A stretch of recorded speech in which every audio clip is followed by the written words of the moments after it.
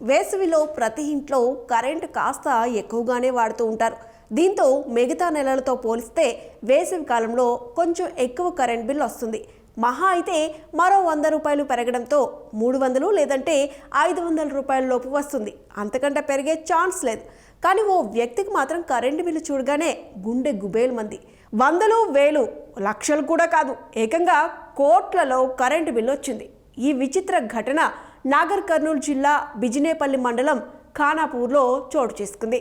నాగర్ కర్నూలు జిల్లా బిజినేపల్లి మండలం ఖానాపురంకు చెందిన వేమారెడ్డి అనే వ్యక్తి ఇంట్లో ఉన్న సర్వీస్ నెంబర్ 11100051 మీటర్ కేవలం 0.60 కిలోవాట్కు సంబంధించింది. జనవరి 1, 1970 నుంచి జూన్ 5, 2024 వరకు 998 రోజుల పాటు 297 యూనిట్లు వినియోగించినందుకు గాను 21,47,48,569 రూపాయలు కరెంటు బిల్లు వచ్చింది. ఈ మేరకు జూన్ 5న కరెంటు బిల్లు అందుకున్నాడు. విద్యుత్ అధికారుల నిర్లక్ష్యంతో వందల్లో రావాల్సిన తన కరెంటు బిల్లు కోట్లలో రావడంతో వేమారెడ్డి గుడ్లు తేలేశాడు.